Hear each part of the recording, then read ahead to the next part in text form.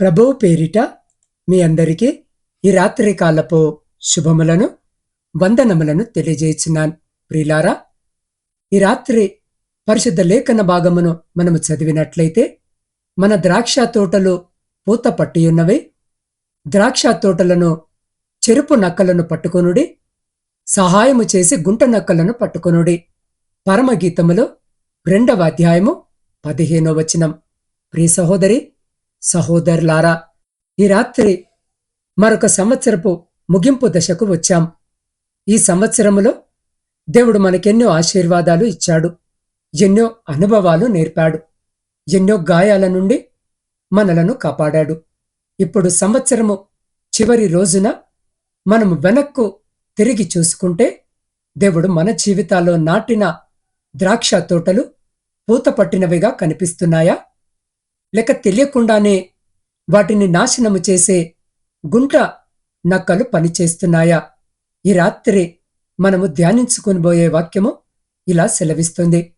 మన ద్రాక్ష తోటలు పూత పట్టియున్నవి, ద్రాక్ష తోటలను చెరుపు నక్కలను పట్టుకొనుడి, సహాయము చేసి గుంట నక్కలను పట్టుకొనుడి అన్న వచనము ప్రకారము, ప్రియులారా, పెద్ద శత్రువుల కన్నా ప్రమాదకరమైనవి చిన్న నక్కలే. చిన్న నిర్లక్ష్యము, చిన్న పాపము, చిన్న అసంతృప్తి, చిన్న క్షమించలేని మనసు, ఇవే మన ఆధ్యాత్మిక జీవితము, కుటుంబము, సేవ, విశ్వాసాన్ని నెమ్మదిగా నాశనము చేస్తాయి. సంవత్సరము చివరి రాత్రిన దేవుడు మనతో మాట్లాడుతూ ఉన్నాడు. నీ ద్రాక్ష తోట పూత పట్టింది, కాని దానిని కాపాడుకో అని. కొత్త సంవత్సరంలోనికి ప్రవేశించే ముందు మనము పట్టుకొనవలసిన నక్కలు ఏమిటి? మన హృదయములో దాగి ఉన్నవి ఏవి? మన ఆధ్యాత్మిక జీవితాన్ని చెరుపుతున్న అలవాట్లు ఏవి? ఈ రాత్రి దేవుని సమక్షములో వాటిని గుర్తించి విడిచిపెట్టి పరిశుద్ధమైన హృదయముతో కొత్త సంవత్సరములో అడుగు పెడదామా? ఈ సంవత్సరము ముగింపు మనకు ఒక హెచ్చరిక కూడా, ఒక అవకాశము కూడా. దేవుడిచ్చిన ద్రాక్ష తోటను నాశనము కాకుండా కాపాడుకునే నిర్ణయము తీసుకునే రోజుది. ప్రియులారా, ఈ సంవత్సరము జనవరి 1వ తారీఖు నుండి ఈ డిసెంబరు 31వ తారీఖు వరకు మనము సజీవముగా ఉన్నాము, బ్రతికి ఉన్నాము అనంటే అది కేవలము కూడా దేవుని యొక్క కృప వలన మాత్రమే. ఎందుకంటే డబ్బు ఉన్నవారు, డబ్బు లేనివారు, ఆరోగ్యమున్నవారు, ఆరోగ్యము లేనివారు, అధికారమున్నవారు, అధికారము లేనివారు, ఇలా చూస్తూ పోతే ఎక్కడున్నా, ఏ ప్రాంతములో వారున్నా, ఎన్ని ఆశలు వారు తమ జీవితంలో పెట్టుకొని ఉన్నా, ఎన్ని ఆలోచనలు తమ భవిష్యత్తును గురించి కలిగి ఉన్నా, ఈ రాత్రి వారు లేరు, చూడలేదు. కాని మనము చూస్తున్నాం, మనము ఆనందించగలుగుతున్నామంటే నిజముగా దేవుని యొక్క కృప కాక మరేమి అని అంటారు. అయితే ఈ రాత్రి ఈ యొక్క వాక్యము వింటున్న మనమంతా కూడా నూతన సంవత్సరంలోనికి కొన్ని గంటల్లో అడుగు పెట్టబోతున్నాం. 2026ను మనం ఎదుర్కొనబోతున్నాం. మనలో కొంతమందికి కొత్త సంవత్సరాన్ని చూడాలంటే భయం అవుతుండొచ్చు, కొందరికి ఆనందముగా ఉండొచ్చు. ఎందుకంటే వారికున్న పరిస్థితులు అలాంటివి. ఈ యొక్క 2025 అంతా కూడా అందరికీ మంచి జరిగిందని మనము మాట్లాడుకోలేము. కొందరి జీవితాల్లో చాలా విషాదకరమైన పరిస్థితులు ఎదుర్కొని ఉంటారు. ఏవేవో ఆటుపోట్లు వారికి ఎదురై ఉంటాయి. అనారోగ్యము చేత బాధపడి ఉంటారు. కుటుంబాలలో విభేదాలు మొదలై సంవత్సర ఆరంభంలో ఉన్నట్లు వారి కుటుంబము బహుశా ఈ రాత్రి లేకపోయి ఉండొచ్చు. పోయిన 31న ఉన్నవారు బహుశా వారితో ఈ రాత్రి లేకపోయి ఉండొచ్చు. అప్పుడున్న ఆరోగ్యము బహుశా ఈ రాత్రి లేకపోయి ఉండొచ్చు. అప్పుడున్న భక్తి, అప్పుడున్న సంతోషము, అప్పుడున్న బలము, అప్పుడున్న అధికారం, ఇలా ఈ రాత్రిన కొందరికి కరువైపోయి ఉండొచ్చు. అయితే దానికి కారణమేంటో మనము తెలుసుకోగలిగితే, వాటిని సరిచేసుకోగలిగితే, ప్రియ సహోదరి సహోదరులారా, మనము రాబోతున్న 2026వ నూతన సంవత్సరంలో అయినా సరే సంతోషముగా జీవించగలుగుతాం. ఈ రాత్రి లేఖన భాగములో మనము చూస్తే దేవుడు మనతో చాలా సుస్పష్టముగా మాట్లాడుతున్నాడు. మన జీవితాలను పాడు చేసే గుంట నక్కలు ఉన్నాయని. ఎప్పుడు అవి మన చుట్టే ఉంటున్నాయి. వాటిని మనము పట్టుకోవాలి, అనగా తెలుసుకోవాలి. ప్రభువైన యేసు క్రీస్తు వారు మనల్ని అనేక సందర్భాలలో ద్రాక్ష తోటలతో ఉంటున్నటువంటి తీగ వలన పోల్చాడు, చెప్పాడు. అయితే ఇక్కడ వాక్యము సెలవిస్తుంది, ద్రాక్ష తోటలు ఎలా ఉన్నాయి అనంటే పూత పట్టి ఉన్నాయని. అలానే ఉంటే మంచి పంట చేతికి వస్తుంది, ఆనందముగా ఉంటాము. కాని ప్రియ సహోదరి సహోదరుడా, జాగ్రత్తగా వినండి. దానిని పాడు చేయడానికి, సంపూర్ణమైన పంట కోయకుండా ఉండటానికి కొన్ని నక్కలు, వాటికి సహాయపడే గుంట నక్కలు ఖచ్చితంగా ఉన్నాయి. వాటిని మనము ముందు నిలువరించాలి, వెతికి పట్టుకోవాలి. అప్పుడే మంచి పంటను మనము చూడగలము. ప్రియ సహోదరి సహోదరుడా, దేవుడు గడిచిన 365 రోజులు మనల్ని ఆశీర్వదించలేదని కాదు, ఆయన ఆశీర్వదించాడు. మనల్ని బహుగా ఫలించమని మంచి పూతని ఇచ్చాడు. కాని ఎందుకో ఈ రాత్రి జీవాక్యము వినుచున్న మనము ఫలించలేకపోయి ఉంటాం. ఎందుకో మన పూత రాలిపోయి ఉంటుంది, మన పూత పాడైపోయి ఉంటుంది. దానికి కారణము మన యొక్క అసమర్థత, మన యొక్క సోమరితనము, మన యొక్క చెడు నిర్ణయాలు, మనలో ఉన్న కోపము, ఆవేశము ఏమైనా అయ్యుండొచ్చు. ఇవి నక్కలతో సమానము. వీటిని ఈ రాత్రి, ఈ సంవత్సరపు చివరి రోజున మనము వెతికి పట్టుకోగలిగితే, వాటిని మన నుండి దూరము చేసుకోగలిగితే, తప్పకుండా ప్రియ సహోదరి సహోదరుడా, మనము పూర్తి పంటను వచ్చే సంవత్సరంలోనైనా కోయగలము. అయితే వీటికి సహాయపడే గుంట నక్కలు కూడా ఉన్నాయి. అనగా ఎవరో ఒకరు మనల్ని ఇలా మార్చేస్తూ ఉంటారు, మనలో అనుమానము పెడతారు, మనలో బాధను పెడతారు. వారు సూటిగా మనల్ని ఇబ్బంది పెట్టకపోయినా, సూటిగా ఎదుర్కొనకపోయినా వెనక నుండి మొత్తము నడిపిస్తారు. అటువంటి గుంట నక్కలు ఎవరున్నారా అని ఒక్కసారి ఈ సంవత్సరపు చివరి రాత్రిన ఒక్కసారి మనము ఆలోచించుకోగలిగితే, వారిని వెతికి పట్టుకోగలిగితే, మన జీవితమనే, మన కుటుంబమనే, మన ఉద్యోగమనే, మన వ్యాపారమనే ద్రాక్ష తోటలు ఇక ఎన్నడూ పాడవవు. కాబట్టి ప్రియ సహోదరి సహోదరుడా, ఈ డిసెంబర్ 31న దేవుడు మనకిచ్చిన అవకాశము, ఒక్కసారి మనల్ని మనము పరీక్షించుకోవడము. ఆయనిచ్చిన ఆశీర్వాదాలు కూడా పొందుకోలేకపోతున్నాం, ఉపయోగించుకోలేకపోతున్నామంటే అది మన తప్పే. కనుక ఆ తప్పేంటో ఈ సంవత్సరపు చివరి రాత్రిన గ్రహించి, వాటికి ఇప్పటి నుండైనా దూరముగా ఉండి నూతన సంవత్సరాన్ని ఎదుర్కొందాం. నూతన సంవత్సరంలో ఆనందంగా జీవించాలని దేవుడు మన పట్ల కోరుకుంటున్నాడు. కాబట్టి ప్రియ సహోదరి సహోదరుడా, ఈ క్షణములో మన తలలు వంచి కళ్ళు మూసుకొని దేవుని స్వరాన్ని విందామా? ఈ సంవత్సరము ముగింపు వేళ దేవుడు మనతో ఇలా మాట్లాడుతున్నాడు.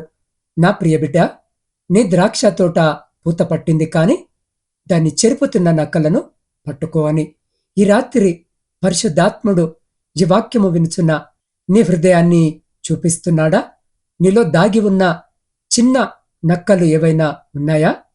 ప్రార్థనలో నిర్లక్ష్యము, వాక్య ధ్యానములో అలసత్వము, క్షమించలేని మనసు, కోపము, అసూయ, అసంతృప్తి, లోక ఆలోచనలు, చెడు అలవాట్లు, దేవునితో ఉన్న మొదటి ప్రేమ తగ్గిపోవడము. ఇవి చిన్నవిగా కనిపించిన ప్రియ సహోదరి సహోదరుడా, ఇవే నీ ద్రాక్ష తోటను నాశనము చేస్తున్నాయేమో. ప్రియ సహోదరి సహోదరుడా, ఈ రాత్రి దేవుడు నిన్ను దోషిగా తీర్చడానికి కాదు, పరిశుద్ధపరచడానికి, పునరుద్ధరించడానికి, కొత్త సంవత్సరంలో ఆశీర్వాదాలతో నడిపించడానికి ఈ రాత్రి జీవాక్యము వినిచిన నిన్ను పిలుస్తున్నాడు.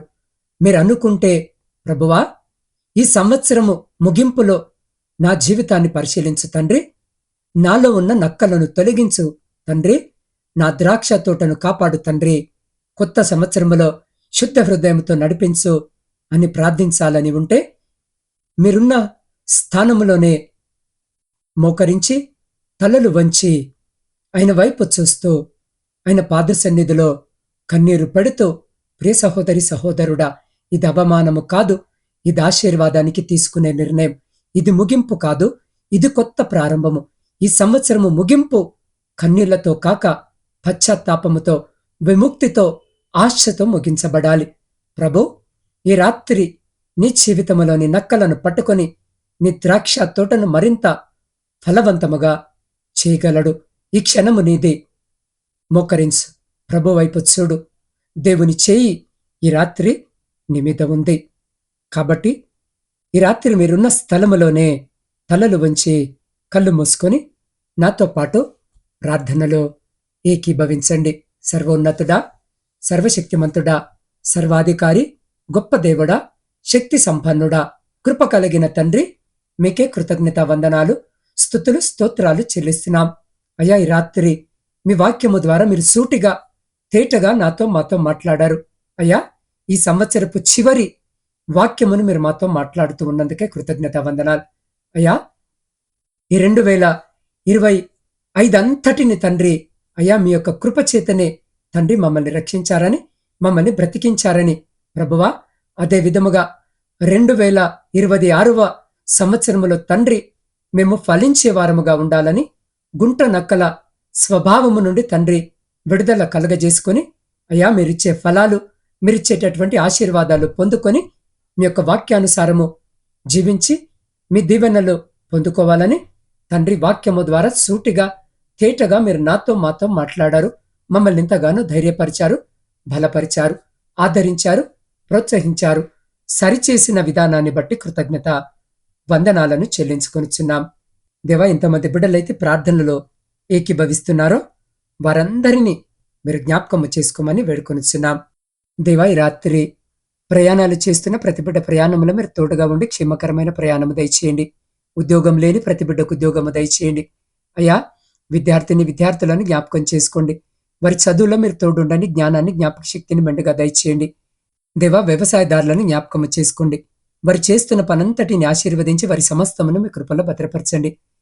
దేవా, శారీరక, మానసిక బలహీనతలతో బాధపడుతున్న ప్రతి బిడ్డని జ్ఞాపకము చేసుకొని మీ గాయపడ్డ హస్తం చేత ముట్టి అయ్యా సంపూర్ణమైన స్వస్థతను, మంచి ఆరోగ్యమును దయచేసి సంతోషకరముగా బిడ్డలందరినీ నూతన సంవత్సరంలోనికి ప్రవేశింపజేయమని వేడుకొనిచున్నాం. దేవా, గర్భఫలములు లేక కన్నీటితో ఈ రాత్రి మీ వైపు చూస్తున్న ప్రతి బిడ్డను జ్ఞాపకము చేసుకొని ప్రతి బిడ్డకు గర్భఫలము దయచేయమని వేడుకొనిచున్నాం. దేవా, కుటుంబ పోషణకై కుటుంబాలను వదిలి దూరదేశాలలో ఉద్యోగాలు చేసుకుంటున్న ప్రతి బిడ్డని జ్ఞాపకం చేసుకోండి. వారి చేతుల కష్టార్జితాన్ని ఆశీర్వదించి వారిని, వారి కుటుంబాలను మీ కృపలో భద్రపరచండి. అయ్యా, ఆర్థిక సమస్యలు, అప్పుల భారముతో నలిగిన స్థితిలో మీ వైపు చూస్తున్న ప్రతి బిడ్డ జీవితంలో నుండి ప్రతి ఆర్థిక లేమిని కొట్టివేయమని వేడుకొనిచున్నాం.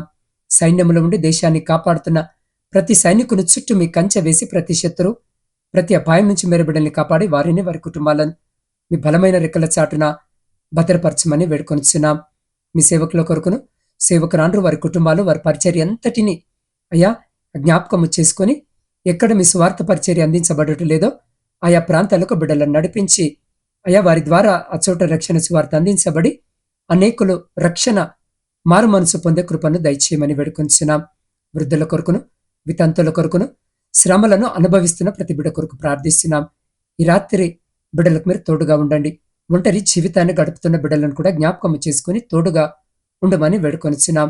సొంత గృహాల కొరకు ఆశ కలిగి మీ వైపు చూస్తున్న ప్రతి బిడ్డ కోరికను తీర్చండి. అయా, వివాహాల కొరకు సిద్ధపడుతున్న, వివాహాలు జరగక మీ సహాయం కొరకు చూస్తున్న బిడ్డలకు కూడా కావలసిన సహాయం దయచేయండి. అయ్యా, నా ఆత్మీయ కుటుంబ సభ్యులందరినీ ఇదిగో ఈ సంవత్సరము చివరి దినమున మీ పరిశుద్ధ పాదాల చింత పెడుతున్నాను. గడిచిన సంవత్సరం అంతా కాచి కాపాడిన దేవా, రాబోయే సంవత్సరం అంతా కూడా బిడ్డలకు మీరు తోడుగా ఉండమని మీ పాద సన్నిధిలో వేడుకొనిచున్నాం. దేవా, ఈ గాఢాంధకరమైన చీకటిలో మేము నిద్రిస్తూ ఉండగా మా గృహాల చుట్టూను, మా ఆత్మీయుల గృహాల చుట్టూను, మా ఇరుగు పొరుగు వారి గృహాల చుట్టూను మీ అగ్ని కంచె వేసి ప్రతి బిడ్డను మీ దేవదూతల రెక్కల చాటున భద్రపరిచి ప్రతి అంధకార సంబంధమైన శక్తులన్నిటి నుండి మీరే సంరక్షించి కాపాడి మీ చిత్తమైతే, మీరు అక్కడ ఆలస్యమైతే ఎన్నిక లేని మమ్మలను మరొక శ్రేష్టమైన నూతన సంవత్సరంలోనికి ప్రవేశింపజేయమని మా రక్షకుడును మీ ప్రియకుమారుడైన యేసు క్రీస్తు సర్వసమృద్ధి కలిగిన నామమున ప్రార్థించి స్తుతించి అడిగి పొందుకొని ఉన్నాము తండ్రి. ఆమెన్.